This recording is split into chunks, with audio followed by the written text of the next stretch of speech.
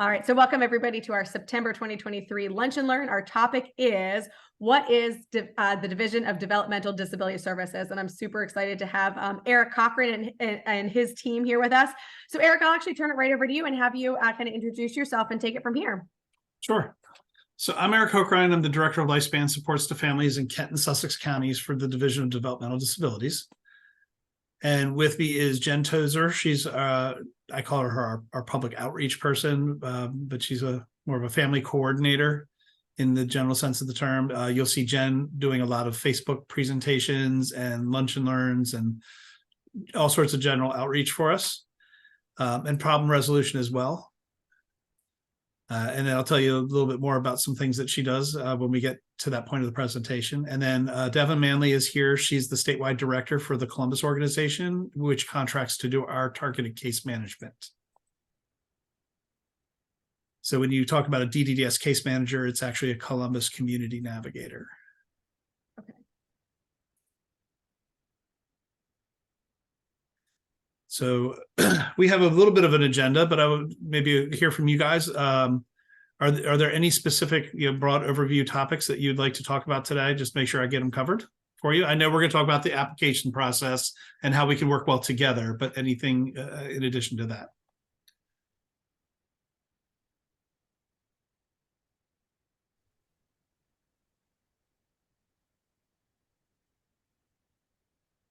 Okay. And if there are any questions, Erik, I'll ask you, would you prefer people asking throughout the presentation if a question comes up, or would you rather them hold to the end or use the chat? What kind of works best for you? I'm open to everything. If I'm talking, I may not see that you're ready to ask a question. You can put your hand up or put the question into the chat, and Devin will clue me in that there's a need for me to pay attention to the chat bar, or Jen will. Okay. So what I'll do is, do you mind if I start to present? Yeah, go for it. You share your screen and that'd be great. Okay.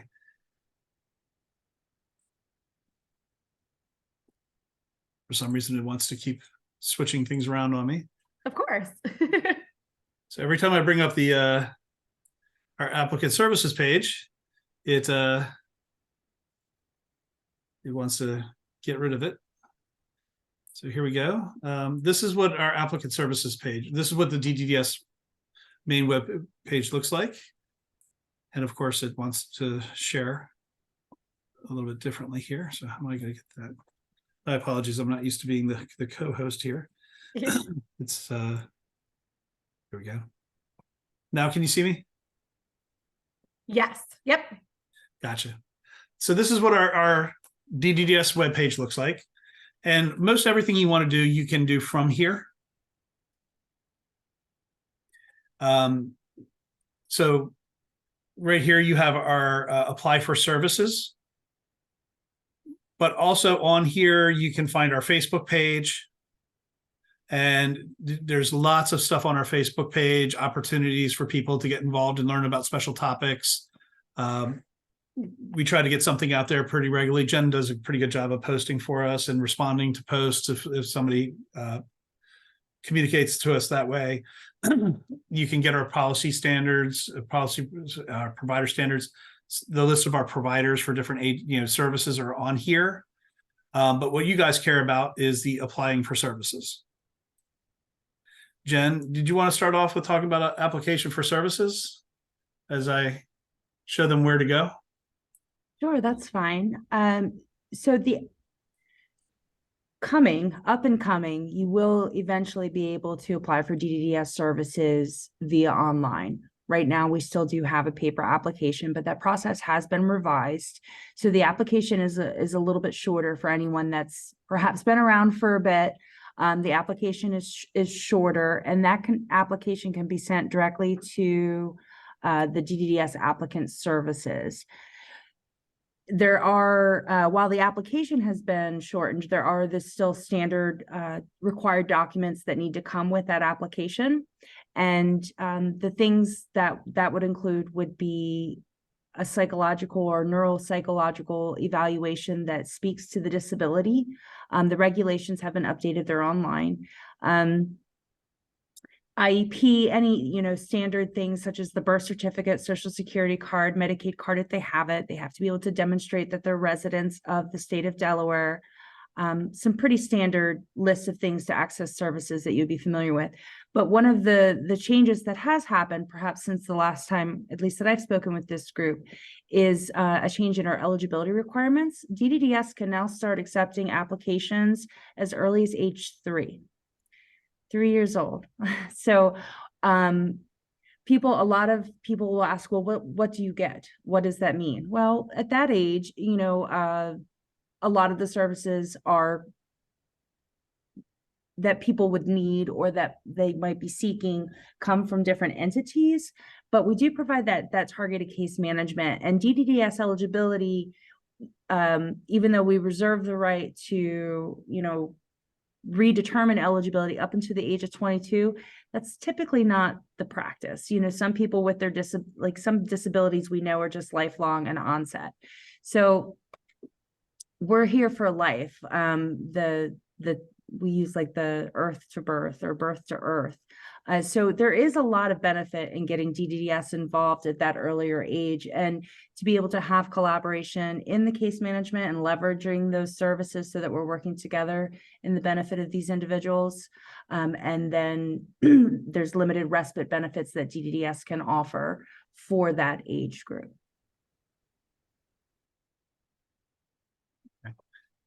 So when you're looking on our website and you get to our eligibility criteria, somebody must have attained the minimum age of 3. There is a rumor floating around. I'm sure most of you have heard the rumor that you can't apply to DDS services until X number of months before their 18th birthday.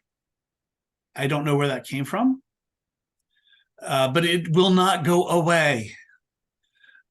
We've always accepted applications at age 3. One of the things that we've done is we used to do a presumptive eligibility that said, well, we assume based on your scores at age 3 that you'll probably qualify when you're 21. So we'll go ahead and provide state-funded respite since you probably will be part of our population in the future. And then at a later age, you would establish full eligibility. Now what we're doing is we're actually doing preliminary eligibility and actually assigning targeted case management as early as age 3. Which means that you can get a case manager from DDDS pretty much at any age. And do you know why it starts at age 3 and not earlier than age 3? If anybody wants to throw their hand up and tell me that you know why. The Birth to 3 Child Development Watch program does screenings and assessments for children up until the age of 3 to identify any disabilities early and provide early intervention services, including physical therapy, speech language therapy, occupational therapy, and parenting education. So they actually have a very robust, very fast timeline to get somebody assessed and actually get home-based treatments in place as early as possible to help a child. So if somebody has, like, let's say cerebral palsy, we're working on strength and flexibility and things like that at a very young age so that person can learn to walk maybe a little bit later than everybody else, but that we don't have those persisting issues later in life. Somebody's diagnosed with autism, they can get services in place very, very early to start working on all those things that somebody with autism would need in order to be successful, and do that while they're still at that very young age where their brains are so flexible. And so we let them do what they're experts at. And then at the age of 3, the Birth to 3 program responsibility is picked up by the school districts under their IEP in the preschool program. And it's called Part B. But the school district picks up responsibility for those physical therapy, occupational therapy, and things like that. And that's where having a navigator can come in handy, is that we can help navigate that process and help families advocate throughout that process. One of the reasons people don't think to refer to us prior to the age of 18 is that most of the services a person's going to need who has DDDS services are required to be provided by somebody else. So free and appropriate public education and the IDEA, special education, are entitlement programs. They're not optional. If that child needs that service, then they must receive that service if it's covered under the IEP. There's also a service called EPSDT, and I don't know how many of you are aware of EPSDT. I am not. Eric, can you say, like, what does that stand for? Sure. So what we'll do is we'll come up to, I'll open up a new tab, and it's EPSDT. It's called Early Periodic Screening, Detection, and Treatment. And what it basically does is this is why one of the things that requires Child Development Watch, the state of Delaware, to go out and do these screenings for developmental disabilities. It's part of this, but this is a law, a federal law, that says states must screen for a variety of developmental issues, dental issues, vision issues, and there are timeframes associated with this. And DDDS is not really a part of this, but this requirement is out there. And so the very last thing in here is treatment. So earlier on in there's a calendar that tells how often somebody's supposed to be getting dental screenings, vision screenings. And then there's treatment options that almost nobody focuses on. It's almost 100% focused on detection and screening. But aside from telling states that we're supposed to be screening, it says to the managed care organizations for Medicaid that you must provide treatment. And this is a little bit weird, so I forgive me if this is a little convoluted. When a state offers Medicaid, let's say that there's 1,000 services the state of Delaware could offer for Medicaid, but we have to prove that we can afford our state share of the cost.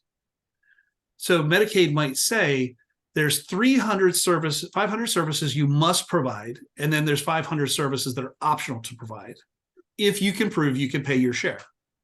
And so the state of Delaware picks those services that we say that the Medicaid will provide in Delaware. EPSDT says, I don't care about that. If it's on the menu of services Delaware could possibly have chosen to provide, then the Medicaid managed care organization must provide that service.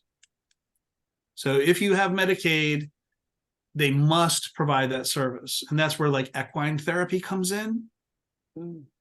And so for kids who benefit from equine therapy, at first they said, absolutely not, we don't cover it. And then somebody went back under EPSDT, yes, you do. And then they reread EPSDT and said, by qualified provider. Do you have an occupational therapist on staff? No, you don't have a qualified provider. And then a couple of them got an occupational therapist on staff. And then they said, well, we'll only cover the part that's actually the qualified provider, and the other parts of equine therapy won't be covered. So now they cover a portion of equine therapy. And that's where EPSDT came in, and that's where you can advocate. The other cool thing is Delaware law says every state is required to do this with Medicaid, but in Delaware, every managed care insurance company is required to follow the same law. And so who oversees that to like make sure it's being done? Oh God. I don't know. That is a good question. And as many times as I've talked about this, nobody ever asked who oversees it. I think DMMA has a role in overseeing this, the Division of Medicaid for Delaware. But it's something good. They've got some great resources on this website to help you understand it. If you ever get in a position you really want to understand it. But this is going to help you as a CASA to be able to advocate for this child needs this. here's a resource that should be pursued. But because the school is required to provide it, or EPSDT is required to provide it, or the kids department is already providing it, most of the services we can offer are already provided. And so that's where we came in with state-funded respite and saying, well, we'd like to at least contribute something. And then the managed care organizations have taken over pediatric respite.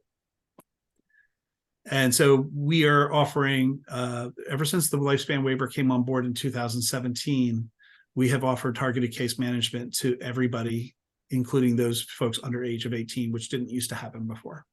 Okay, and that's managed care is all through Columbus Community Navigators? No, managed care is through managed care coordinators. So you call the number on the back of the insurance card and ask to speak to a care coordinator. And that's where you would invite them to a team meeting and say, this person has some complex medical needs or disabilities. And we would like to invite their Medicaid care coordinator to the phone, to the planning meeting, and talk about what services they might be getting. And that's where you could say, you know, what about EPSDT? Would that cover this? Gotcha. And so that kind of brings us back to the rumor. We don't refer to DDDS until 18 because everything's already covered. But it makes sense to start at age 3, or if not at age 3, at least by age 14. And the reason for that is, even though we may not have a DDDS specific service, we took over the management of the Pathways to Employment program. And the Columbus Community Navigator attends all of the IEP meetings. We try to have attendance up, at all ages, but at age 14, we require the navigator to attend the IEP meeting every year. So that's one more person on the child's team to advocate for their needs. And part of the IEP is 2 questions. Where will this child be? Starting at age 14, they start asking, where will this child be 1 year after graduation? And they also ask the question about, does this person want to work? And if so, what work-related services are they interested in? Dale Matusevich used to be in charge of that process. He's now their division director. So he's now in charge of DOE. He actually expanded the IEP 3 or 4 years ago and took what were some basic questions and made it a 1.5 pages specifically to employment. And he also explained to all of the transition coordinators that DDDS is not a goal for post graduation. The goal should be what would success look like? What would it look like for this child to be successful 1 year past graduation? And just being a part of DDS is not part of that. So the community navigator could help advocate for those skills that are going to be needed when somebody does graduate from school. So let's say that I'm a mom or a dad and my child is 14 or 15 years old. I have gone through an awful lot with a child with a disability. And my entire focus has been protecting my child and advocating for my child, and a lot of times doing for my child. And now all of a sudden somebody's coming into a meeting and asking me where they're going to be doing when they're 22 years old. And that is not at all my frame of reference. And that's just a foreign concept to be talking about. What does my child need to be successful when they're 22? I don't know. I kind of thought I'd take care of them my whole life. I really thought that far. I'm still dwelling on the last couple of years and what we've been through, much less planning for the future. So that's a wonderful place that we can partner together, and the CASA and the community navigator can work together towards kind of just, redirecting that conversation a little bit and having that support for the parent to understand, or, my gosh, this is a switch in our focus. And part of being able to be successful at the age of 18 or 22 is being able to afford stuff. And being able to afford stuff is having a job. And the schools offer pre-employment training through their school, through their IEP. It's one piece of the puzzle. And then a lot of kids are referred to the Division of Vocational Rehabilitation. But we have a partnership program called Pathways to Employment, where DDDS now oversees it, where we assign a community, not a community navigator, an employment navigator, who will work with that 14-year-old up until, it used to be 25. Now we removed the age limit. They will work with them on employment related goals and shepherd them through the employment process. And why that's important is that it can take 2 years to go through the referral to the Division of Vocational Rehabilitation, through all the assessments and the trainings and the pre-vocational skill building, the identifying a place that somebody could work and carving a job for that person, and then starting supported employment. That can take a full 2 years. And if we wait until somebody's 17 and a half and about to graduate or exit from the foster care system, and we think that we can just refer them on their 18th birthday, that means that they're probably going to get a job around age 20. How are they going to afford a place to live from 18 to 20 if they don't have a job? Mm-hmm. And so part of the so what, why should I get involved? Why should I advocate referring to DDDS? Certainly having somebody who's an advocate from 3 to 14 is very helpful, but at age 14, man, it becomes really, really beneficial that somebody's out there making sure that we're talking about building the skills to be successful when the person exits the foster care system, because it's roughly the same time they exit school, and getting those job readiness skills in place so that that person can be successful. And then kind of switching back and forth a little bit here, going back to our eligibility criteria. So what do I need in order to refer somebody over to DDDS to get these services? Is at least 3 years old, the disability originated before the age of 22, and this is all on our website, and then either have an intellectual developmental disability, autism, a diagnosis of autism, Prader-Willi, or a traumatic brain injury. And I'll see, where is that? Traumatic brain injury that happened before the age of 22. And what we mean by an intellectual developmental disability is IQ, full scale IQ below 70. And there's only about 2% of the population has an IQ below 70. So when you're as a CASA, that's why it's kind of rare that you're working with DDDS. It's 2% of the population. Or autism, which is becoming more and more prevalent, as I'm sure you guys know. And do you guys know what Prader-Willi syndrome is? If you can tell us, that might be helpful. I've heard it, but I can't name it. The easiest way to think about it is the person who eats everything, not pica, not pica like eating dirt, but like just eating everything. And so it usually comes along with some developmental disabilities as well. But you'll see that's that person that just can't stop themselves from eating. And so they'll walk over to the refrigerator, find a frozen pizza and be like, yeah, start eating the frozen pizza straight out of the freezer. Just everything, always hungry, never satisfied. And so intellectual developmental disability, autism spectrum disorder, Prader-Willi, or a traumatic brain injury that happened before age 22. And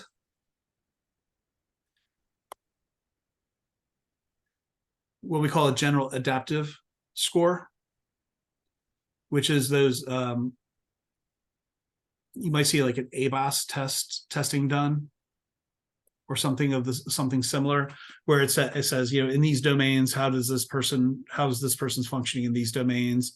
A lot of times the teacher will fill out a form and the parent will fill out a form, and then the psychologist will pull together the general adaptive composite score. And both the IQ and the general adaptive score are 2 standard deviations below the mean, which means basically about 2% of the population qualify. One of the issues with autism is getting an actual diagnosis of autism. A lot of times somebody will armchair diagnose autism, or somebody will just, we've always heard he was autistic. Okay, where's the test for that? Where's who was the licensed or qualified person that actually made that diagnosis versus just kind of labeling the person? That can be a little bit tricky. Child Development Watch will do the autism evaluation on the ADOS, which is a gold standard tool. The school districts will also test for autism if they're asked to. And that kind of leads me to the question of, okay, so if we're going to apply to DDDS services, like there's this whole long application, and then you need all this documentation. And sometimes it takes us months and months and months to go through all this and get everything over to you guys so this person can be approved or not, but at least get a decision. And I can make that so easy for you. Mm-hmm.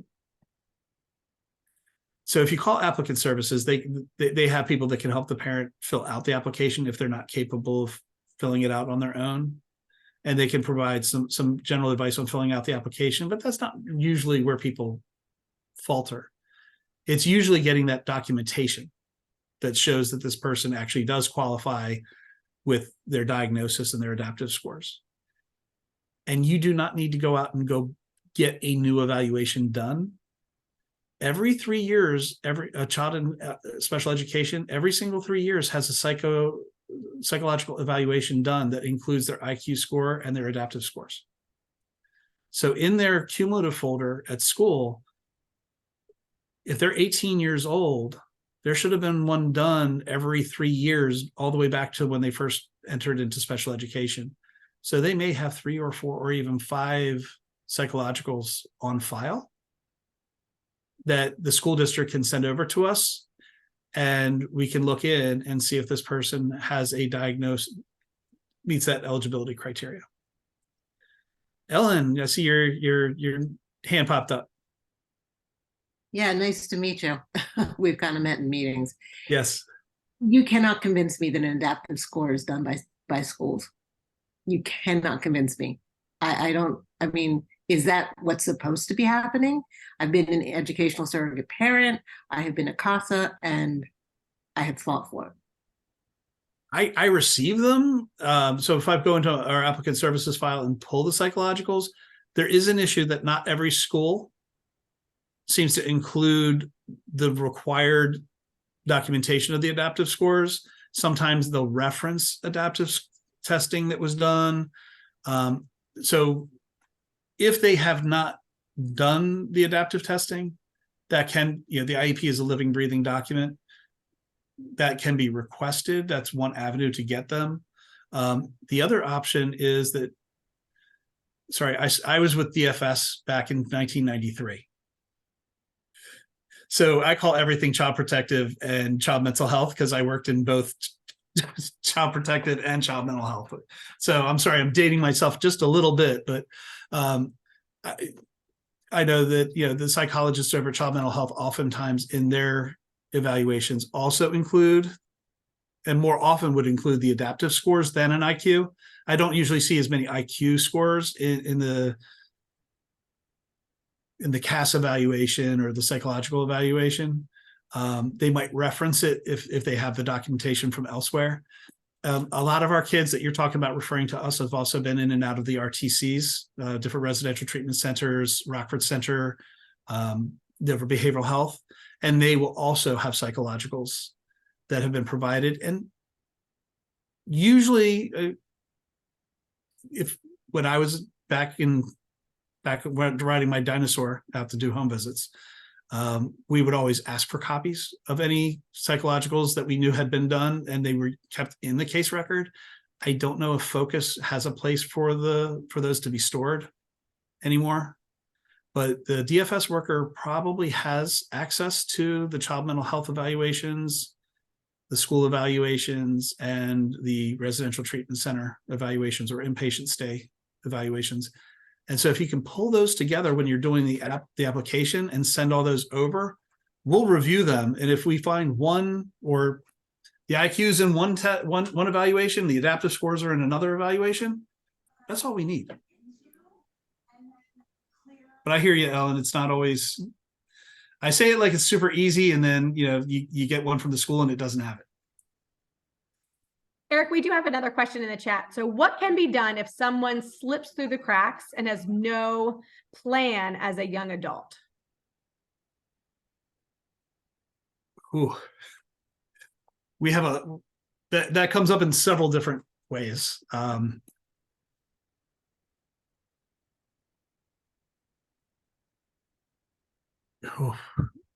we table that? Yeah, sure. And circle back to that, because I'll talk about how we can work together in just a second. Let me finish up the application part. Yeah. So the short answer is you can call over to applicants. You can go online. You can pull everything offline to make sure that you have your checklist of everything you need. We will have an apply online option coming up very soon. You can do it in paper, and the school districts should be asking our pathway staff to attend IEPs, even if they don't have pathways or DDDS services, but they possibly could. And so we get a lot of invitations to come out to IEPs, and the staff from pathways that attend can help somebody apply for both DDDS services and pathway services. We have, whenever the school districts do a provider fair, we send folks out that can help people to apply. And then, they can of course call the phone number to get help with applying. And so it's really just a matter of, fill out the paperwork, get the best assessments you can find, try to find an adaptive score and an IQ score or some sort of a diagnosis that qualifies, send it over to us, and then our folks will process through it and let you know if there's anything else that they need. I would do it as early as age 3, but no later than age 14.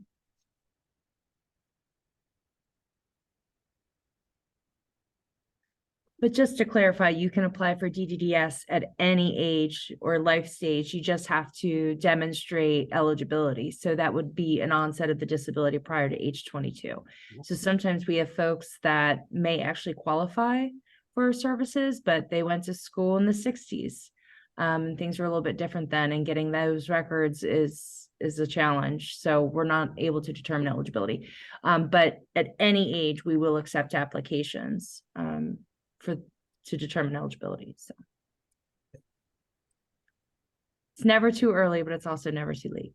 Never, right?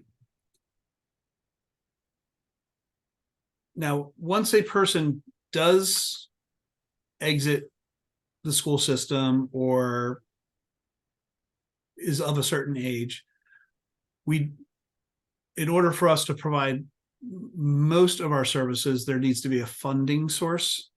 So applying for DDDS is not the only step. There's also applying for either LTSS Medicaid, which is a long-term support Medicaid, the lifespan waiver Medicaid, regular state plan Medicaid can pay for some things. And so we definitely want, concurrently, we would definitely want to apply for Medicaid as early as possible in a person's life. And then when they come over to DDDS, they would apply for either the long-term LTSS Medicaid or lifespan waiver. And the way I say that is the waiver and LTSS are Medicaid on steroids. It covers everything in state plan Medicaid and then adds certain additional resources for folks with a developmental disability. And that's where targeted case management comes in, is they allow us to target the case management just to the developmental disability population instead of everybody with Medicaid. And that's where we start to want to work together and start talking about what services are going to look like as we transition. And that's where Devin starts to come in. Hi, Devin. She's like, Eric, you're gonna make me come off mute. So that's where Devon's staff comes in, the community navigators. Most of the time, the kids that you're working with are in foster care are going to exit foster care and live in the community. Some of your kids that are already in an out-of-state ICT placement are probably going to go directly to residential services.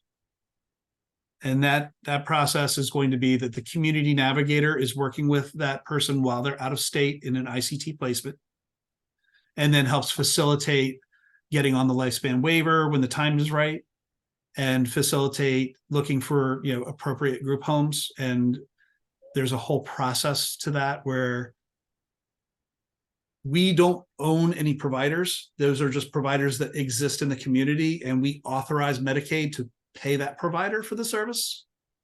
And so it's a completely voluntary process on all sides. So somebody going from an ICT placement to a group home still has to meet the group home. The group home has to say, yes, we think this is a good fit. Then the individual would meet the roommates at the home over a series of visits, virtually or in person. And that's the people who are already living there, that's their house. That's their home. So they have the right to talk about who can or cannot come to live in their home. And then if that goes well, then we do a transition process where we get the services in place that are necessary for a person to successfully transition into that group home. If the person is in foster care and they're exiting the foster care system, the process is similar, but we may probably not looking at going to a group home, because if they needed that level of care, they'd already be in that level of care. But sometimes it's not that clear. And that's where we've been sticking a little bit this past 6 months or so, is the kids that were in a foster placement who were turning 18 or their board extension was ending, and then trying to get the plan cobbled together for this person to be successful. What I would recommend is us working with DFS 1 year prior to the person turning 18, regardless of whether there's a board extension or not, and starting a series of planning sessions where we're actually talking about who's going to do what as this person transitions. There's some basic questions. When a person turns 18 and leaves DFS, DFS may have been getting 4E cost recovery. And so DFS may have been getting their Social Security payment. But now that they're 18 and living on their own, that Social Security payment is going to be $800 or $900. Might have SSDI included if their parents passed away. And it could even be up to $2,000. And that's the money that they're going to use to get an apartment and buy food and furniture and pay bills. And a lot of times we forget that step because we're not really working well as a team yet. And so that's a key question, is if this person's not going to go live in a group home, how are they going to pay for their lifestyle? And then if they are going to go to a DDDS group home or shared living provider, which is like foster care, they owe $891 a month in room and board. How are they going to pay that? Because that's what their Social Security is used to pay for, just like it is with DFS. And so we definitely want to talk about that. If when they're turning 18 and they're going to be getting this $800 to $2,000, depending on if SSDI is in there, how many 18-year-olds do you know that are skilled at managing $1,000 a month lump sum payment and make it last the whole month for everything they need to do? So all of a sudden we're advocating like, okay, do we need to get a representative payee? Which is the check goes to the representative payee. The representative payee pays their bills for them and then says, you have X amount of dollars left over, and I'm going to give you the money. I'm going to help you manage that money. It's yours, but I'm going to provide that oversight that maybe mom and dad would have provided in a best case scenario. And so we want to be talking about that before the person turns 18.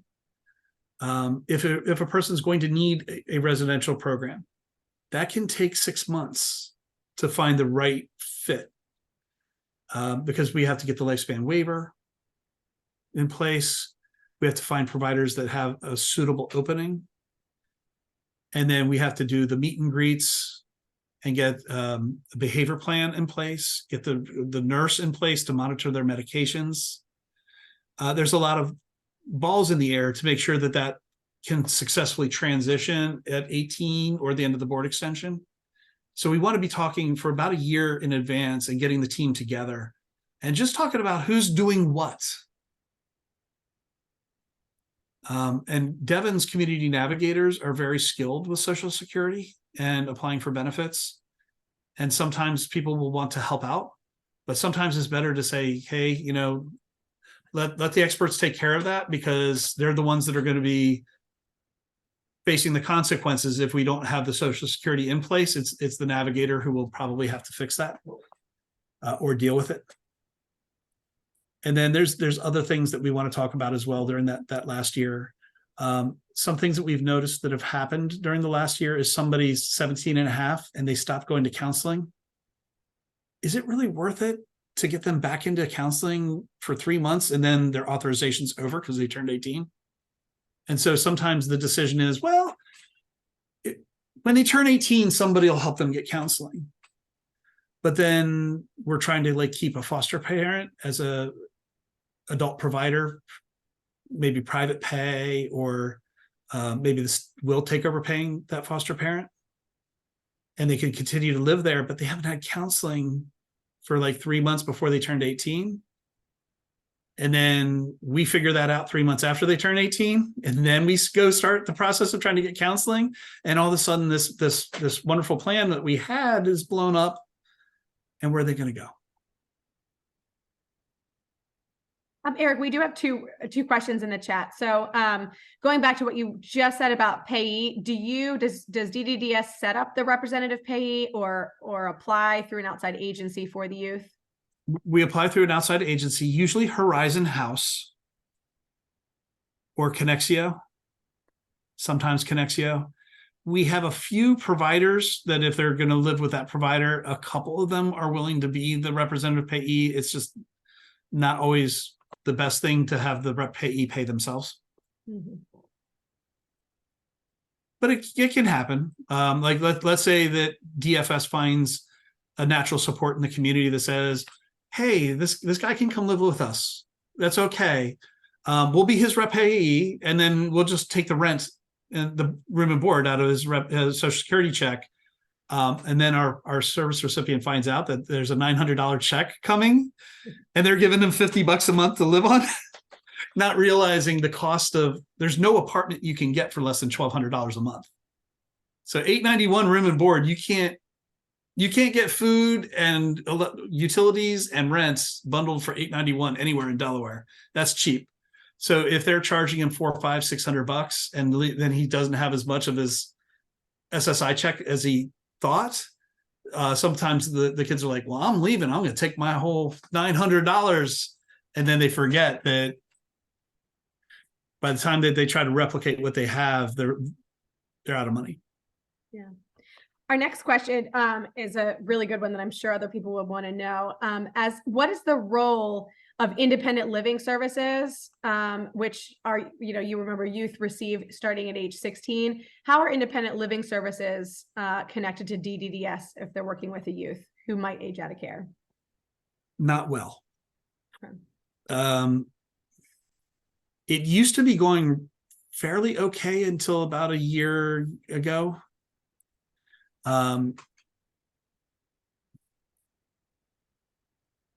I'm not sure what happened. So I used to share an office with the person who created the independent living program. And then I was a supervisor with John Bates when we had the foster care improvement project and the enabling legislation for the independent living program. And I remember what it was supposed to be. But I think if we circle back to the communication, the regular team meetings, whatever schedule we would settle on for some team meetings, whether it be monthly or every other month or quarterly or whatever makes sense for this person, getting everybody in the same room together and agreeing on who's going to be responsible for what, instead of kind of looking at each other going, well, I know you provide that. Well, you provide that too. And, I thought you were doing, and then we didn't talk for 3 months. That could be a really good role for the CASA, is just making sure that we all get together and talk about the best needs of this child. And are those of us who are doing what our agencies told us do truly understanding the best needs of this person? That's going to be a significant help. Another significant help is going to be, we can teach you really quick. Have you ever heard of our new case planning tool? Not new, but the one that we have, this great tool called the Life Course Trajectory out of the University of Kansas City. No, I haven't heard of it. Maybe somebody else has, but I haven't heard of it. Jen Tozer is our primary life course ambassador, but many of us on this call from DDS are also life course ambassadors. It's a way of doing case planning that says, nobody woke up in the morning and said, I want a service. Nobody woke up and went, I want to go to Dayhab. I want a consultative nurse. But most of us, if you said, tell me what your good life would look like 5 years from now, what would your life look like if you were living your best life? And you guys can answer that question. You just throw out some answers real quick.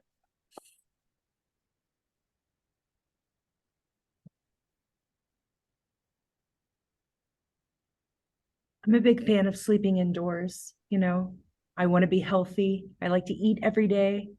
I think the point is that we all typically want the same things, and the process that DDDS has adopted and embedded into this planning process. And another benefit I think of getting with DDDS is you're going to find collaboration, and you're going to find partners to work with you in the best interest of this child. But our planning process really does it allows us to be anticipatory. It allows us to plan in a way to think about what type of guidance individuals need and information that they need in order to have the experiences that they want to drive their trajectory in the way that they want to. It includes looking at a variety of integrated approaches. So not just what service is going to meet this need, but how can we support this individual with technology? To that end, DDDS is looking into remote support services for individuals that have the skill set to live independently, but they just need a little bit of help. So it allows us to look at that approach from a very human-centric and almost organic process too. How is this individual going to worship and stay connected with their community? What do they value? It understands and recognizes that every single person, and this is a touchy subject for, considering the youth that this group works with, but, redefining what family means. We have biological family, but sometimes we have logical family, brother from another mother, mister from another sister, the people that we choose to have in our life. And so in this process, DDDS recognizes that individual, person's right and role in determining what they want their life to look like. And so that's and it all starts with a very simple question. Like Erik said, what do you want?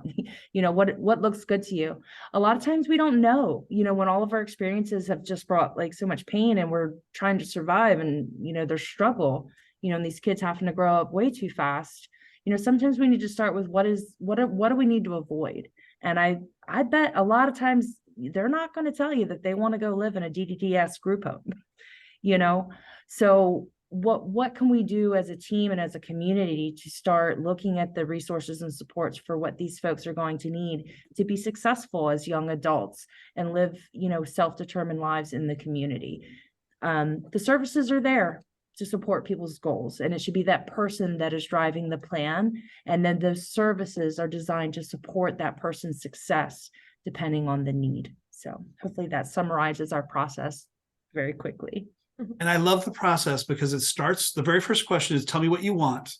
Don't tell me what you don't want yet. Tell me what you want. Let's fill this box with all the things that you want for your good life. And nobody ever mentions the service, but they mention being financially secure, having a place to live, having friends, having personal connections, things of that nature. What do you want to avoid in your life? And sometimes it's people telling me what to do. Fair enough, right? We all want to avoid people just dictating our lives to us. What's helping you reach those goals and what's holding you back from reaching those goals? You can do this with a blank piece of 8.5 paper. Draw the 2 boxes on the right and a diagonal line going up the page. And any person can do this planning tool anywhere, anytime. We do it for the entire division. Columbus has done it for their case managers. So you can use it anywhere, anytime for any person, a family, anybody. The CASA program itself could do this and say, what would our good life look like for the CASA program? What do we want to, what would it look like if everything was going great for us? What does our CASA program want to avoid? What are we doing well to make that happen? And what are some things that are happening that we want to not happen anymore that are holding us back? And you can start to see how this could just like logically help somebody say like, well, I'm 18 years old. I've always lived in a provider managed setting. I am sick and tired of adults telling me what to do. I want to be out on my own and live my own life and make my own decisions. And then people come in and go, so here's a group home. And they say, that's not what I want. But then how do we keep you safe? Especially from a child protective program that's designed to keep you safe and make sure that we're eliminating all the risks to your safety. And now you're 18 and you have dignity of risk and you're allowed and encouraged to make your own decisions and live with the consequences.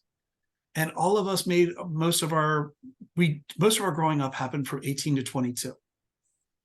That's when we made our worst mistakes in our life.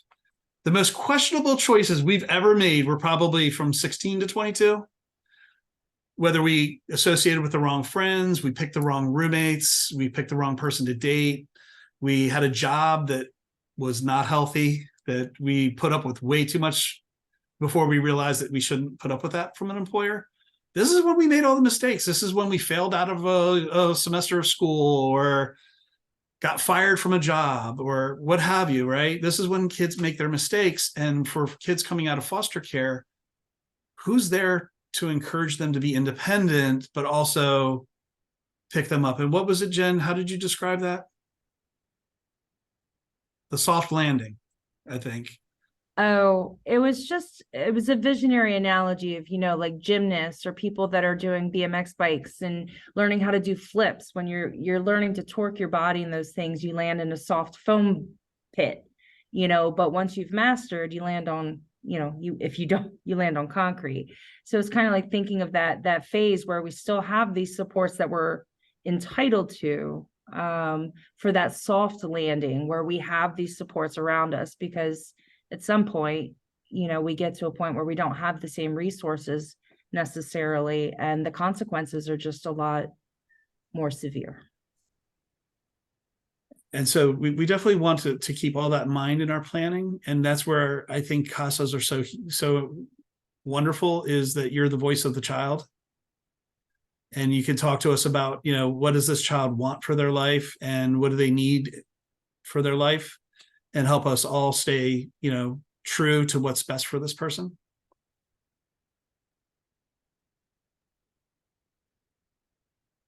So I don't want to steal too much of the time, but I do want to invite you, Lauren, and any of the CASAs to reach out to me. There's lots of opportunities that the division is just starting to facilitate, to create more opportunities around this framework. And really the tool that Erik showed it's a visualization of a principle, but there's more opportunities, I think, that would benefit when you're working with students, and they can even come, if you have someone that is maybe just really motivated to try and find their own way and is looking for resources and developing a life plan, send them to us, regardless of whether or not they have DDDS or not. So Erik has some of that information that he's going to send to you guys as part of the follow-up. And we really do just kind of welcome conversations around this framework for all of the situations where our professional lives kind of cross over and intersect in support of people. We're here because we support people. So. Yeah. Every year at the Life Conference, we present on the Life Course Toolkit. So anybody who comes to the Life Conference every year can get the training from us on the Life Course Toolkit. And then we may have some opportunities for folks to join us and become ambassadors and kind of spread the word on it. There's a robust community of practice for this as well. So for folks who want to get involved, and Jen's bucket clubs that she has periodically, you said sometimes nighttime, sometimes Saturday mornings, where folks can get together and learn a little bit about this and how they could implement it. Fantastic opportunity.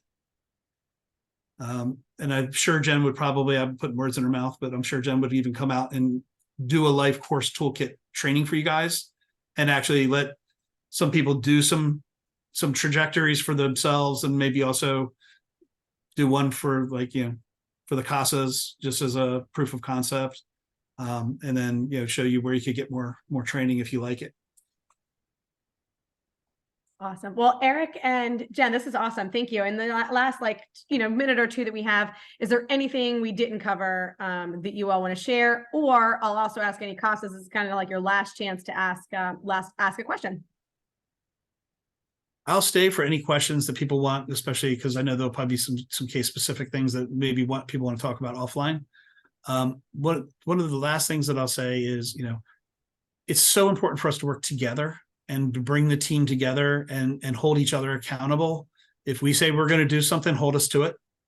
And help us stay on track to make sure that we do the things that need to be done, so that this person can have a successful transition. And then the last thing that people sometimes find powerful, when we talk about a group home, it's not what people are thinking. It's not Melrose Place, where we have this group home where Hogwarts with lots of people who have other developmental disabilities and we all get to make friends. There might be a person with a 40 IQ living with a person with autism and 110 IQ. Living in the same house, and they don't always see each other as peers. They might get along a little bit, but also in a group home, you have staffing. So some people have 8 hours a day staffing. Some have up to 24 hours a day staffing. Sometimes we have 2 staff per person all day long. And if you have 3 people in a house and each one of them has 3 staff while I'm home, I have a 3-bedroom house with 3 staff people in the house, sitting in my kitchen and sitting on my couch, wanting to watch my TV when their downtime is happening. I have a house manager who's coming in and out, maintenance people who are coming in and out, a behavior analyst who's coming in and out, a consultative nurse who's coming in and out, and the staff have 3 staff shifts a day. And I have, nobody can do 40 hours a week in 7 days, right? So that means I have probably about 8 to 9 staff members just assigned to me. And my roommates might have 6 to 9 staff members assigned to them. And if I have 2 roommates, do you get a feel for how many people are in this house with me? And if I need it, by all means, Ellen, I see your hand. Hold on just a second. If I need it, by all means, I need it. If I need it, I need it. But if I'm a typical 18-year-old who's sick and tired of adults telling me what to do, and I'm in this environment, I'm not going to be a very happy camper. The other thing is that Medicaid won't let that person have more than $2,000 in resources. And they're yet to keep between $50 and $150 of their Social Security check to pay for their cell phone bill, any additional Wi-Fi or cable plans that they want, pizza night, medication copays. If I do go to a group home, how will I ever save to get my own apartment one day? So I might want to go to a group home and learn the skills. But what's my plan to become independent afterwards? And so if the group home is the most appropriate place, by all means, it's the most appropriate place. But for somebody who really wants to and can be independent, it may actually hold them back from eventually leading their best life. It might be the safest thing on their 18th birthday, but it might be very counterproductive for their long-term growth. And then Ellen, I see your hand up. And you're on mute. We are. Sorry. Okay, 2 questions. Yes, a little case specific. One, I'm embarrassed I don't know the answer to. So if they're getting their Social Security income, and assist from the state is needs-based, do they then not get assist?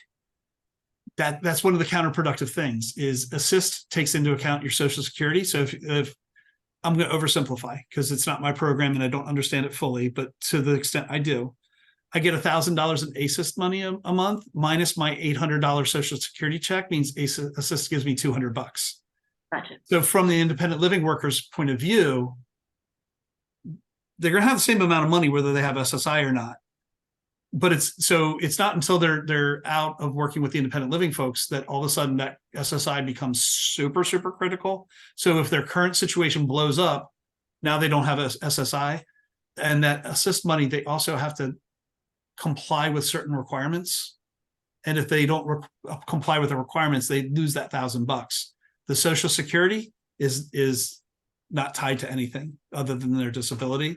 And so that's a more guaranteed $800 to $900 a month or more, where the assist is not always a guarantee.